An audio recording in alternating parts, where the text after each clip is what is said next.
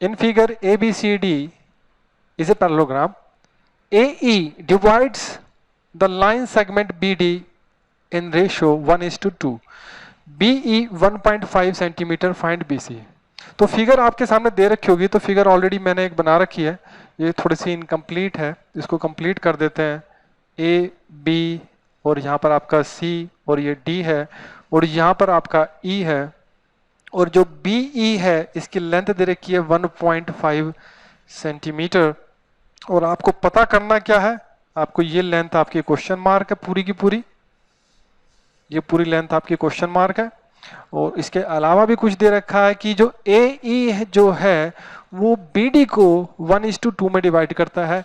तो यहाँ पर ये आपका कोई पॉइंट है, इस पॉइंट को लेट से O, तो जो BD को डिवाइड कर रहा है तो इसका मतलब क्या हुआ, इसका मतलब ये हुआ, सॉल्यूशन स्टार्ट करते हैं, कि आपका जो BO अपॉन आपका OD ये आपका 1/2 है।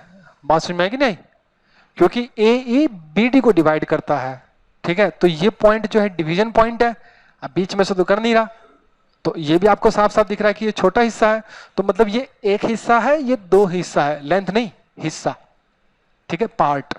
तो अब इसमें आपको BC पता करते हैं।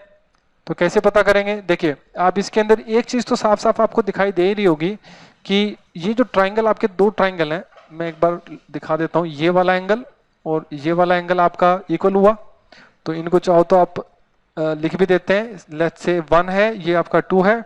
तो इन ट्राइंगल, कौन कौन से ट्राइंगल ले रहा हूं मैं, AOD, ये बड़े वाला ट्राइंगल ले रहा हूं, एक BOE ले रहा हूं। In triangle AOD and BOE and triangle BOE, इसमें जो आपका ट्राइंगल इस वाले में एंगल 1 जो है वो एंगल 2 के बराबर है, रीजन लिख दो, बिकॉज वर्टिकली अपोजिट एंगल्स, देखो कैसे लिखेंगे एंगल्स को, एंगल्स आर इक्वल, ये तो रीजन लिख दिया हमने। अच्छा, इसके अलावा आप, क्योंकि ये पैरेललोग्राम है, अगर ये पैरेललोग्राम है तो ये जो आपकी साइड है ये आपकी BC के पैरेलल होगी, ठीक है ना, पैरेललोग्राम दे रखा है उसने भाई। अगर ये पैरेललोग्राम है तो साथ साथ आप ये भी चीज सोच सकते हैं कि ये वाला जो एंगल है आपका वो इस वाले एंगल के बराबर होगा कि नहीं, ये वाला एंगल आपका इस वाले एंगल के बराबर होगा। तो इसको बोल दो 3, इसको बोल दो 4, तो यानी कि इसका जो एंगल 3 है वो बराबर है एंगल 4 का। रीजन क्या है, अल्टरनेट इंटीरियर एंगल्स, क्योंकि ये जो BD लाइन है वो एज ए ट्रांसवर्सल एक्ट कर रही है यहाँ पर, बिकॉज अल्टरनेट, शॉर्ट में लिख रहा हूँ अल्टरनेट इंटीरियर एंगल्स, तो इंटीरियर भी लिख दो चाहो तो आप, तो इसमें ऐसा करते हैं, इसको इंटीरियर लिख देते हैं, इंटीरियर ऐसे INT, interior angles are equal, ठीक है। अच्छा, तो बाय एंगल एंगल ये दोनों आपके ट्राइंगल सिमिलर हो गए। तो कैसे लिखना है, लिखने का देखो, अभी तो हमने यहाँ पर ऐसे ही लिखे हुए हैं, बट यहाँ जरूर ध्यान देना आपने। तो अगर मैं लिखता हूँ बाय एंगल एंगल, इतना ही सफिशिएंट है, सिमिलरिटी क्राइटेरिया लिखना चाहो तो लिख दो आप। ट्राइंगल अगर मैंने लिया, देखो AOD लिया अगर मैंने, तो वो किस ट्राइंगल के सिमिलर होगा, देखो अगर O है तो O बीच में लिया जाएगा, ऐसे बीच में ले लीजिए। D है तो D का जो है पीछे की तरफ है तो वहां B लेना पड़ेगा आपको। तो और जो बचा हुआ है E है। समझ में आया कैसे लिखा है। तो ये तो आप कैसे भी लिख सकते हो, बट यहां लिखते समय जरूर ध्यान देना, क्रोस्पोंडिंग एंगल को क्रोस्पोंडिंग एंगल के साथ ही लिखना, ठीक है। और बचा हुआ जो थर्ड एंगल है वो अपने आप इक्वल हो जाता है, क्योंकि एंगल सम प्रॉपर्टी से वो आपस में इक्वल होगा। या फिर यहां भी देख सकते थे कि भाई ये आपका ये भी अल्टरनेट इंटीरियर एंगल है, वैसे भी इक्वल है, ठीक है। हमें तो केवल दो ही चाहिए थे एंगल इक्वल, अगर दो एंगल आपको इक्वल मिल गए तो ये दोनों ट्राइंगल आपके सिमिलर हो गए। अब इनकी जो साइड्स हैं वो आपस में प्रोपोर्शनेट होंगी।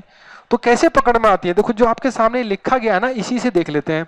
देखिए जो AO है उसके अपोन में क्या लिखा जाएगा, EO, और जो आपका OD है OD के अपोन में OB, और AD के अपोन में EB लिखेंगे। तो पहले आप ये लिख लो सारा, AO के अपोन में EO बराबर आपने लिखा OD के अपोन में लिखोगे OB, क्रॉसपोंडिंग साइड्स के अपोन में क्रॉसपोंडिंग साइड्स, तो AD अपोन में लिखोगे आप EB। तो देखो जो जो चीज आपको पता है वो लिखते चलो। तो हमें क्या क्या पता है, देखो एक बात तो ये पता है कि जो BO अपॉन OD है उसका जो आपका रेशियो दे रखा है 1:2 दे रखा है। तो यहाँ पर ये चीज जो है ना, ये देखो इसको चेक करना, ये और ये आपस में रेसिप्रोकल दे रखे हैं बस। तो इसकी जगह मैं क्या लिख सकता हूं, इस बीच वाले की जगह इसको 2/1 लिख सकता हूं कि नहीं?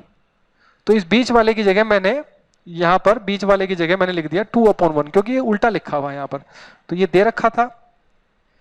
अच्छा, और AD और EB, AD EB हमें पता नहीं, AD EB अच्छा EB तो पता है हमें पर AD नहीं पता। अच्छा AD, एक चीज और, जो AD है वो BC के बराबर है। क्यों? क्योंकि ये पैरेललोग्राम है, पैरेललोग्राम में आपकी अपोजिट साइड्स आर इक्वल, तो AD is equals to BC होगा। Reason because ABCD is parallelogram. देखो पैरेललोग्राम का शॉर्ट सिंबल क्या होता है, ऐसे दो पैरेलल लाइन लगाओ और ऐसे लास्ट में GM लिख दो, तो इसको पैरेललोग्राम पढ़ा जाता है। ठीक है, तो आप ये जो AD है, AD की जगह BC लिख दो और EB की जगह आप 1.5 लिख दो, तो आई थिंक सफिशिएंट है। बस हमें तो BC तो पता करना है, आगे AO/EO की जरूरत ही नहीं है, इसकी जरूरत ही नहीं है, इसको लो ही मत। तो दिस इंप्लाइज 1.5 की मल्टीप्लाई इधर हो जाएगी, तो 1.5 की मल्टीप्लाई जब 2 से करोगे तो क्या होगा, 3 हो जाएगा ना, तो 3 सेंटीमीटर हो जाएगा। तो ये आपका फाइनल आंसर है, फाइनल आंसर को हाईलाइट कर दीजिए।